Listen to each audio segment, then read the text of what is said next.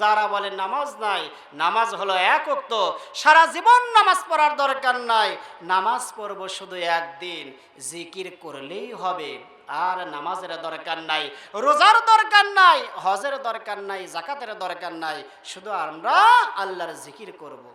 সেই জিকিরগুলো কেমন?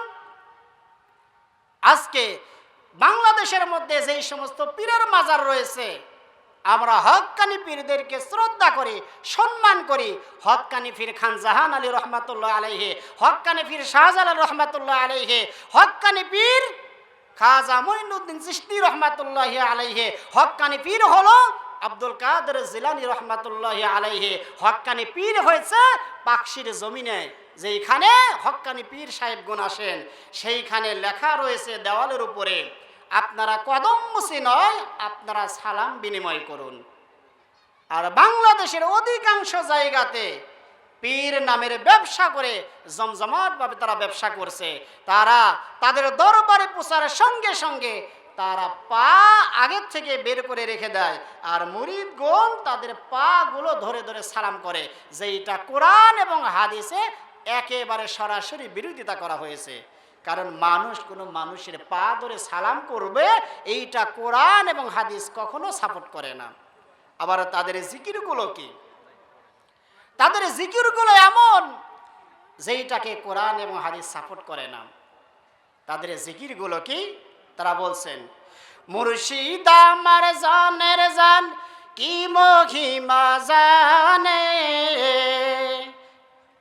মুর্শিদ আমার জানের জান, কি মহিমা জানে, গলার মালা বানাইয়া ধীরে ধীরে টানে, হিমহে হিমহে হিমহে। এই তো ভাই জিকির। এটা কিসের জিকির ভাই? এইটাকে আমরা আলেমগণ, যারা হক্কানি আলেম, তারা দিয়েছে এটা মেড ইন তাহিরির জিকির, নিউ ভার্সনের জিকির। শুধু এখানেই শেষ নয়, তারা আরো বলেছে, মদিনার গোলামি আমায় দে, জালালি মোরে মদিনার গোলামি আমায় দে। মাশাআল্লাহ, হাই হাই, কি জিকির ভাই! এই জিকির কোথায় আছে? কোরআনের কোথায় আছে? হাদিসের কোথায় আছে? জিকির কোরআনের মধ্যে নাই, জিকির হাদিসের মধ্যে নাই। আল্লাহ তাআলা কোরআনুল কারীমের মধ্যে জানিয়ে দিচ্ছেন কত সুন্দর জিকির আল্লাহ তাআলা তার রাসূলের মাধ্যমে তার উম্মতদেরকে শিক্ষা দিচ্ছেন। সুবহানাল্লাহ, আলহামদুলিল্লাহ, লা ইলাহা ইল্লাল্লাহ, সুবহানাল্লাহ, আলহামদুলিল্লাহ, লা ইলাহা ইল্লাল্লাহ। তুমি বাঁচাও, তুমি মারো, অবিরত ক্ষমা করো, তুমি বাঁচাও, তুমি মারো, অবিরত ক্ষমা করো। ধরার যে জন তাকেই ধরো, ধরার যে জন তাকেই ধরো, তোমার মুঠোয় সবই আল্লাহ। সুবহানাল্লাহ,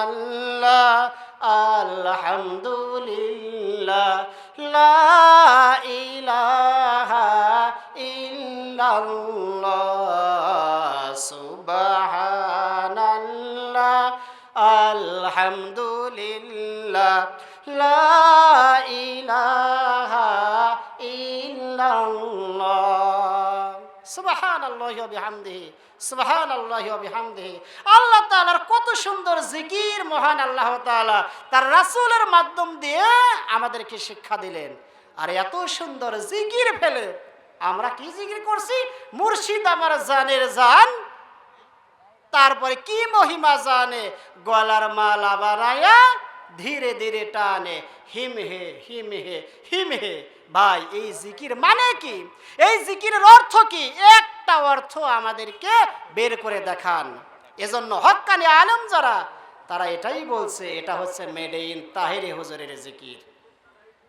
এগুলো ভণ্ড। এই সমস্ত ভণ্ডদেরকে বাংলার জমিন থেকে তাড়াতে হবে। বিগত দিনে যা কিছু করেছো আমরা মেনে নিয়েছি, এখন ইসলামের নাম করে মাজারে গিয়ে ভণ্ডামি করবে, সেই ভণ্ডামি হক্কানি আলেমরা আর কখনো মেনে নেবে না। সেই দিন চলে গেছে। বাংলার বিভিন্ন জায়গাতে তুমি এই ভণ্ডামি করেছো, ভণ্ডামি সমস্ত মানুষেরা বুঝে গেছে। তোমার নামাজ নাই, রোজা নাই, হজ নাই, যাকাত নাই, তুমি মাজারের নামে মাহফিল করে সেইখানে লাফিয়ে লাফিয়ে যেই জিকিরগুলো করছো, যেই জিকিরের কোনো অর্থ নাই, যেই জিকিরের কোনো মানেই হয় না, এই রকম জিকির কোরআন হাদিস কখনো সাপোর্ট করে না। এজন্য মনে করছো নামাজ পড়বো না, জিকির দিয়ে আমি ওই আখিরাত পাড়ি দেব, জিকির দিয়ে আমি এই কবরের দেশটা পাড়ি দেব, এইটা কখনো হবে না। কবরে যাও, তারপরে তোমার মজা শুরু হয়ে যাবে। আল্লাহর নবী, বিশ্ব নবী সাহাবীদেরকে সঙ্গে করে বনি নাজ্জার গোত্রের একটি বাগানের মধ্যে গেলেন। যাবার পরে বিশ্ব নবী কানের মধ্যে শুনতে পেলেন একটা আওয়াজ চলে আসলো। আল্লাহর নবী বললেন, ও আমার সাহাবীরা, এই বনি নাজ্জার গোত্রের একটা বাগান রয়েছে, সেইখানে 5 থেকে 6টা কবর রয়েছে। আমি বিশ্ব নবী যা শুনতে পাই তোমরা তা শুনতে পাও না। আমি বিশ্ব নবী যেই জিনিস দেখতে পাই সেই জিনিস তোমরা দেখতে পাও না। ও আমার সাহাবারা, আমি বনি নাজ্জার গোত্রের যেই বাগানটা এখন আমার সামনে যে বাগানটা রয়েছে, এই বাগানের মধ্যে আমি বিশ্ব নবী শুনতে পাচ্ছি কবরের মধ্যে আযাব হচ্ছে। সাহাবায়ে কিরামগণ বললেন, ইয়া রাসূলুল্লাহ, ইয়া হাবিবাল্লাহ, আপনি কেমন করে এই আযাবটা শুনতে পান? আল্লাহর নবী বললেন, ও আমার সাহাবারা, আমি নবী তোমরা নবী না, আমি রাসূল তোমরা রাসূল না, আমি যা শুনতে পাই সেইটা তোমরা শুনতে পাও না, আমি বিশ্ব নবী যেইটা দেখতে পাই তোমরা সেইটা দেখতে পাও না। তোমরা বলো তো দেখি, যে 5 থেকে 6টা কবর এইখানে রয়েছে, এইখানে আযাব হচ্ছে, আমি বিশ্ব নবী বুঝতে পারছি না প্রাথমিক পর্যায়ে কিসের জন্য আযাব হচ্ছে। ও বনি নাজ্জার গোত্রের লোকেরা, তোমরা কেউ কি বলতে পারো এই 5 থেকে 6টা কবর, এই কবরগুলো আজ থেকে কতদিন আগে হইতে পারে? একজন দাঁড়িয়ে বললেন, ইয়া রাসূলুল্লাহ, ইয়া হাবিবাল্লাহ, এই কবরগুলো আজকের কবর নয়, এই কবরগুলো অনেক আগের কবর। এই কবরগুলো হল কুফুরের সময়ের কবর। এই কবরগুলো আপনি যখন দুনিয়ার বুকে এসেছেন তার অনেক দিন আগের কবর। এই কবরগুলো হল কুফুরি যুগের কবর। আল্লাহর নবী বললেন, ও আমার সাহাবারা, আমি এই শব্দ, কবরের মধ্যে যে আযাব হচ্ছে, এই আযাবের শব্দগুলো আমি কানের মধ্যে শুনতে পাচ্ছি। ও আমার সাহাবারা, তোমরা এই কবরের আযাব থেকে আল্লাহর কাছে নাজাত চাও, এই কবরের আযাব থেকে তোমরা আল্লাহর কাছে পানাহ চাও। সাহাবায়ে কিরাম বললেন, ইয়া রাসূলুল্লাহ, ইয়া হাবিবাল্লাহ, আমরা কবরের আযাব থেকে আল্লাহর কাছে পানাহ চাইছি, আশ্রয় চাইছি। এরপরে আল্লাহর নবী বললেন, ও আমার সাহাবারা, তোমরা জাহান্নামের আগুন থেকে আল্লাহর কাছে আশ্রয় প্রার্থনা করো। আল্লাহর নবীর সাহাবীরা বললেন, ইয়া রাসূলুল্লাহ, ইয়া হাবিবাল্লাহ, আমরা জাহান্নামের আগুন থেকে আল্লাহর কাছে আশ্রয় প্রার্থনা করছি। বিশ্ব নবী বললেন, ও আমার সাহাবারা, তোমরা প্রকাশ্যে যেই গুনাহগুলো করো আর গোপনে যেই গুনাহগুলো করো, এই 2টা গুনাহ থেকে আল্লাহর কাছে আশ্রয় প্রার্থনা চাও। সাহাবায়ে কিরামগণ বললেন, হায় আল্লাহ, আমাদেরকে প্রকাশ্য এবং গোপন গুনাহ থেকে তুমি আমাদেরকে মাফ করে দাও। আল্লাহর নবী সর্বশেষ এসে বললেন, ও আমার সাহাবারা, তোমরা দাজ্জালের ফিতনা থেকে আল্লাহর কাছে আশ্রয় প্রার্থনা চাও।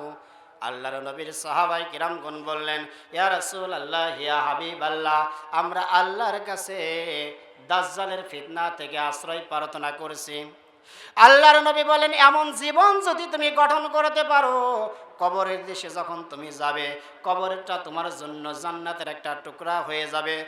আর যদি তোমার মন খেয়াল খুশি যেটাই তোমার মনে চায় এই হিসাবে যদি তোমার জীবন যাপন করো, কবর দুই দিক থেকে চাপ দিবে, তোমার এক পাশের হাড্ডি অপর পাশে চলে যাবে। ও দুনিয়ার মানুষেরা, আল্লাহর নবীর সাহাবী হযরতে সাদ ইবনে মুআজ রাদিয়াল্লাহু তাআলা আনহুকে যখন কবরের দেশে রাখা হলো, নাসাই শরীফের মধ্যে এসেছে, আল্লাহর নবী বললেন, হাযাল্লাযী তাহাররাকা লাহুল আরশ ওয়া ফুতিহাত লাহু আবওয়াবুস সামা ওয়া শাহিদাহু সাবউনা আলফাম মিনাল মালায়েকাতি লাকাদ দুম্মা দুম্মাতান সুম্মা ফুররিজা আনহু, রাওয়াহুন নাসাই ওয়া কামা ক্বালা আলাইহিস সালাতু ওয়াস সালাম। আব্দুল্লাহ ইবনে ওমর রাদিয়াল্লাহু তাআলা আনহু বলেন, ও দুনিয়ার মানুষেরা, তোমরা শুনে নাও, জেনে নাও, আল্লাহর নবীর সাহাবী হযরতে সাদ ইবনে মুআজ রাদিয়াল্লাহু তাআলা আনহু যখন ইন্তেকাল করলেন, তারা জানাজাতে এক নয় দুই নয় ৭০,০০০ ও শাহিদাহু সাবউন আলফাম মিনাল মালাইকা, তারা জানাজার মধ্যে ৭০,০০০ রহমতের ফেরেশতারা অংশগ্রহণ করেছিল। শুধু তাই নাই, হাযাল্লাযী তাহাররাকা লাহুল আরশ, যখন তার মৃত্যু হয়ে গেল, তার মৃত্যুর কারণে আল্লাহর আরশে আজিম পর্যন্ত কেঁপে উঠেছিল, আল্লাহর আরশটা কম্পন করেছিল, আর তার জানাজার মধ্যে ৭০,০০০ ফেরেশতা অংশগ্রহণ করেছিল। এমন একজন মর্যাদাবান সাহাবীকে যখন কবরের দেশে রাখা হলো, তার কবরটা আস্তে আস্তে চেপে আসতেছিল, তাকে চাপ দিতেছিল। বিশ্ব নবী যখন তার জন্য দোয়া করলেন, কবরের দুই পাশের মাটি আস্তে আস্তে দুই দিকে সরে গেল। আল্লাহর নবী বললেন, প্রত্যেকটা মানুষকে যখন কবরের দেশে রাখা হয়, রাখার পরে প্রত্যেকটা কবর তাকে চাপ দেয়, তবে এই চাপটা হলো দুই রকমের চাপ। একটা চাপ হলো আযাবের চাপ, আর একটা চাপ হলো আরামের চাপ। এক শ্রেণীর মানুষকে কবরে এমন ভাবে চাপ দিবে, একটা সন্তানকে মা যেমন তার বুকে আস্তে আস্তে করে আগলে নেয়, আস্তে আস্তে করে যেমন আদর করে, বুকে নিয়ে দুধ পান করায়, একজন সত্যিকারের মুমিন যারা হবে তাকে আস্তে আস্তে কবর চাপ দিবে। সেই চাপে কবরবাসীগণ আরাম পাবে, শান্তি পাবে, সুখ পাবে। পক্ষান্তরে কোনো নেককার বান্দার পরিবর্তে যখন কোনো বদকার বান্দাকে রাখা হয়, কবরে এমনভাবে চাপ দিবে, চাপ দেওয়ার সঙ্গে সঙ্গে তার বাম পাজরের হাড় ডান পাজরে চলে যাবে, আর ডান পাজরের হাড় বাম পাজরে চলে যাবে। এজন্য আল্লাহর নবীর সাহাবী সাদ ইবনে মুআজকেও ছাড়ে নাই, আমাকেও কবর ছাড়বে না, আপনাকেও কবর ছাড়বে না। তাই আসুন আমরা সেই কবরের কথা চিন্তা করে আমরা নেক আমলে জীবন করি। আর যদি গড়তে না পারি, আমাদের জন্য দুঃখ, কষ্ট, যন্ত্রণা, লাঞ্ছনাদায়ক শাস্তি আমাদের জন্য অপেক্ষা করছে।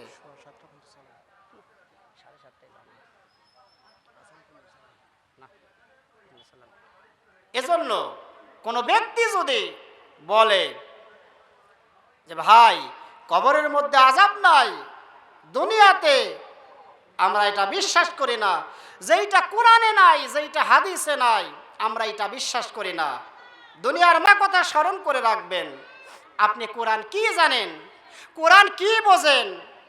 জীবনে কখনো মাদ্রাসার বারান্দায় যাননি, জীবনে কখনো কোনো হক্কানি আলেমের দরবারে যাননি, জীবনে কখনো একজন আল্লাহওয়ালার বান্দার দরবারে যাননি, আর আপনি কোরআন বুঝে গেলেন।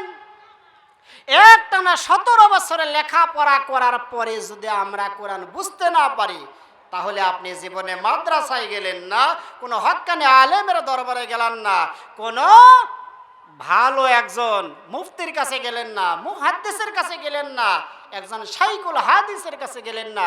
আপনি কেমন করে বললেন যে কবরের আযাব নাই?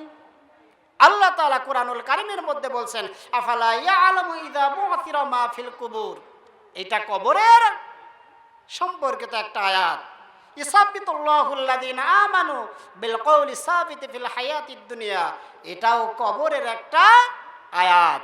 তাহলে কবরের আয়াত আপনি পান না কোথায়? নিজেকে পীর সাহেব মনে করেন, নিজেকে হক্কানি আলেম মনে করেন, নিজেকে বড় উস্তাদ মনে করেন, কোরআন বোঝেন না, হাদিস বোঝেন না, ইজমা বোঝেন না, কিয়াস বোঝেন না। আপনি হক্কানি পীর আমি মানি, তবে কয়েকটা শর্তের বিনিময়ে আমরা আপনাকে মানব। আশরাফ আলী থানভী রহমাতুল্লাহি আলাইহি বলছেন, দুনিয়ার মধ্যে তোমরা নিজেকে যদি পীর, খাঁটি পীর হিসাবে দাবি করতে চাও, কমপক্ষে 5টা জ্ঞান তোমাকে থাকতে হবে। নাম্বার 1, তোমাকে সত্যিকার অর্থে আলেম হতে হবে। নাম্বার 2, একজন হক্কানি পীর থেকে আপনাকে সনদ প্রাপ্ত হতে হবে, যার সনদ স্বয়ং রাসূল সাল্লাল্লাহু আলাইহি ওয়াসাল্লাম পর্যন্ত গিয়ে পৌঁছেছে। নাম্বার 3 হলো আলেম সমাজ আপনার দরবারে যাওয়া আসা করে কিনা সেটা দেখতে হবে। আপনার মাথা থেকে পা পর্যন্ত আপনি ফরজ, ওয়াজিব, সুন্নাত, মুস্তাহাব এই সমস্ত বিষয় সঠিকভাবে মেনে চলেন কিনা এইটা দেখতে হবে। এরপরে আপনি পীর, আপনার অধিকাংশ মুরিদগণ নামাজি কিনা দেখতে হবে। এই 5টা গুণ যদি আপনার মধ্যে পাওয়া যায় তাহলে আপনি খাঁটি পীর, হক্কানি পীর। আর এই 5টা জিনিস যদি আপনার মধ্যে পাওয়া না যায়, আপনার দরবারের মধ্যে পাওয়া না যায়, তাহলে খাঁটির বিপরীত হচ্ছে ভেজাল। তার মানে আপনি ভেজাল পীর, আপনি ভণ্ড পীর। আপনি পীর নাম ধারণ করে ব্যবসা করছেন, আপনি পীর নাম ধারণ করে সবাইকে গুমরাহি করছেন। এর জন্য কিয়ামতের ময়দানে আল্লাহর কাছে জবাবদিহিতা করতে হবে। আলেম হয়েছেন, একজন আলেম হতে হলে কমপক্ষে 3টা কিতাব আপনাকে পড়তে হবে। 1 নাম্বার কিতাবের নাম হলো তাফসিরে জালালাইন, 2 নাম্বার কিতাবের নাম হলো মিশকাত শরীফ, 3 নাম্বার কিতাবের নাম হলো হেদায়া গ্রন্থ। এই 3টা গ্রন্থ আপনাকে সঠিকভাবে পড়তে হবে, বুঝতে হবে এবং একজন ছাত্রকে সঠিকভাবে শিক্ষা দিতে হবে এবং বোঝাতে যদি আপনি সক্ষম হন তাহলে আপনি সত্যিকার অর্থে খাঁটি একজন আলেম আর আপনি নিজেকে পীর হিসাবে দাবি করতে পারবেন। নচেত আপনি নিজেকে পীর হিসাবে কখনো দাবি করতে পারবেন না। তাফসিরে জালালাইন জীবনে শুনেছেন, ইন্না আ'তাইনাকাল কাউসার, আল্লাহ তাআলা বলছেন কাউসারের মধ্যে, সূরা কাউসারের মধ্যে আল্লাহ তাআলা বলেন, নিশ্চয় আমি আপনাকে কাউসার দান করেছি। এইখানে কাজ অমিরটা শুধু এটা নির্দেশ করে, হে রাসূল আপনাকে কাউসার দান করা হয়েছে, কিন্তু সত্যিকার অর্থে কাউসার মানে কি? তাফসিরে জালালাইনের মধ্যে এসেছে, ইন্না আ'তাইনাকা ইয়া মুহাম্মদ সাল্লাল্লাহু আলাইহি ওয়াসাল্লাম আল কাউসার, নিশ্চয় হে মুহাম্মদ সাল্লাল্লাহু আলাইহি ওয়াসাল্লাম আপনাকে আমি আল্লাহ তাআলা কাউসার দান করেছি। এখন কাউসারটা কি? হুয়া নাহরুন ফিল জান্নাহ। কাউসার শব্দের অর্থ হলো 1 নাম্বার শর্ত, এটা হচ্ছে জান্নাতের একটা নদী। আও হুয়া হাউদুহু, এটা জান্নাতের একটা ঝর্ণা, জান্নাতের একটা ঝর্ণা অথবা প্রসবন। ওয়া তারিদু আলাইহি উম্মাতুহু, 3 নাম্বার অর্থ হলো যেইখানে উম্মতে মুহাম্মাদীদেরকে একত্রিত করা হবে। আও আল কাউসারুল খয়রুল কাসির, 4 নাম্বার অর্থ হলো অধিক কল্যাণকে কাউসার বোঝানো হয়। 5 নাম্বার অর্থ হলো মিনাল কুরআন, মিনান নবুওয়াত আল কুরআন ওয়া শাফায়াত, নবুওয়াতকে বলা হয় কাউসার, শাফায়াতকে বলা হয় কাউসার, কোরআনকে বলা হয় কাউসার। এই তাফসিরে জালালাইন তো দূরের কথা, বাংলাদেশে এমন অনেক পীর রয়েছে কোরআন পড়তে পারে না, খুতবা পড়তে পারে না, হাদিস পড়তে পারে না। এমনকি আম পারা যদি তাকে পড়তে দেওয়া হয়, আলিফ বা তা সা এইগুলো যদি পড়তে দেওয়া হয়, ও মঞ্চ থেকে পড়তে গিয়ে কাঁপতে কাঁপতে পড়ে মরে যাবে, এরপরে সে আলিফ বা তা সা পড়তে পারবে না। আর এরাই নিজেকে খাঁটি পীর হিসাবে দাবি করে। এই সমস্ত ভণ্ডামি বাংলার জমিনে হতে দেওয়া হবে না। অনেক ভণ্ডামি করেছেন, আপনিও যদি হক্কানি পীর হন আপনার হাত ধরে আমরা বায়াত গ্রহণ করব। আপনি যেই কথাগুলো বলেন প্রত্যেকটা কথা যদি কোরআনের সাথে মিলে যায় আমরা আপনার হাত ধরে বায়াত গ্রহণ করব। আপনার কথা যদি হাদিসের সাথে মিলে যায় আপনার হাত ধরে বায়াত গ্রহণ করব। আপনার কথা যদি ইজমার সাথে মিলে যায় আপনার হাত ধরে বায়াত গ্রহণ করব।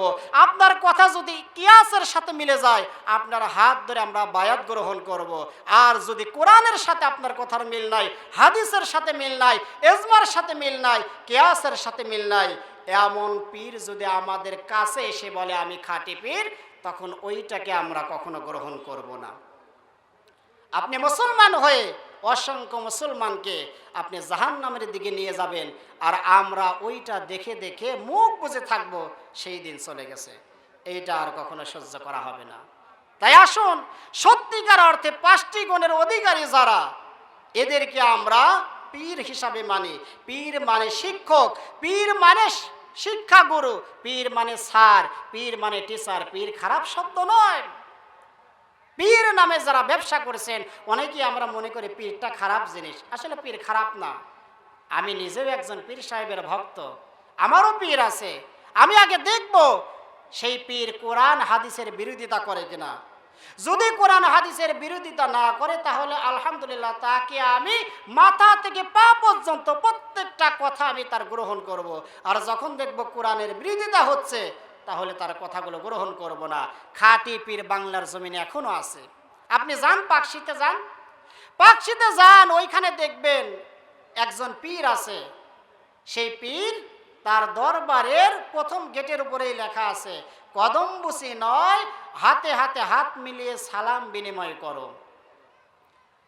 আর আমরা আমাদের অধিকাংশ পীর সাহেবগণ পা বাড়িয়ে রাখে, মুরিদগণ এসে পা ধরে সালাম করবে। কেন ভাই?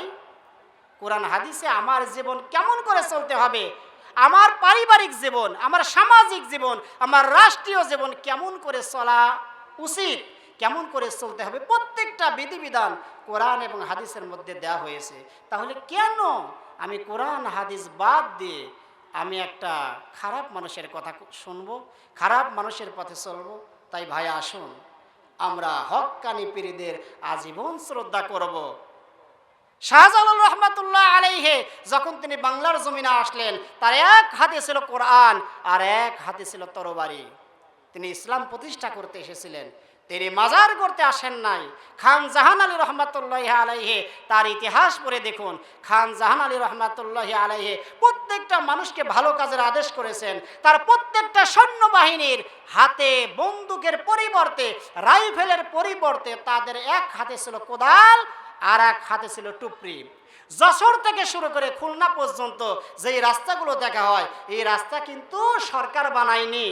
তৎকালীন সময়ে খান জাহান আলী রহমাতুল্লাহি আলাইহি তিনি এবং তার মুরিদ যারা ছিল তারা নিজেরা মাটি কেটে কেটে খুলনা এবং যশোর এর মাঝখানে যেই রাস্তাগুলো আপনারা দেখতে পান, এই রাস্তাগুলো সর্বপ্রথম তিনিই কাজ করেছিলেন। তারা উন্নয়নমূলক কাজগুলো করেছিলেন। তারা সমাজের মধ্যে যেই ব্যাধিগুলো, যেই রোগগুলো, যেই অসামাজিক কার্যকলাপগুলো, যেই কুসংস্কারগুলো হয়েছে সেইটা তারা দূর করতে দুনিয়ার বুকে এসেছিলেন। আর আজকে আমরা সেইটাকে আমরা আঁকড়ে ধরে কোরআন এবং হাদিসকে আমরা বর্জন করছি।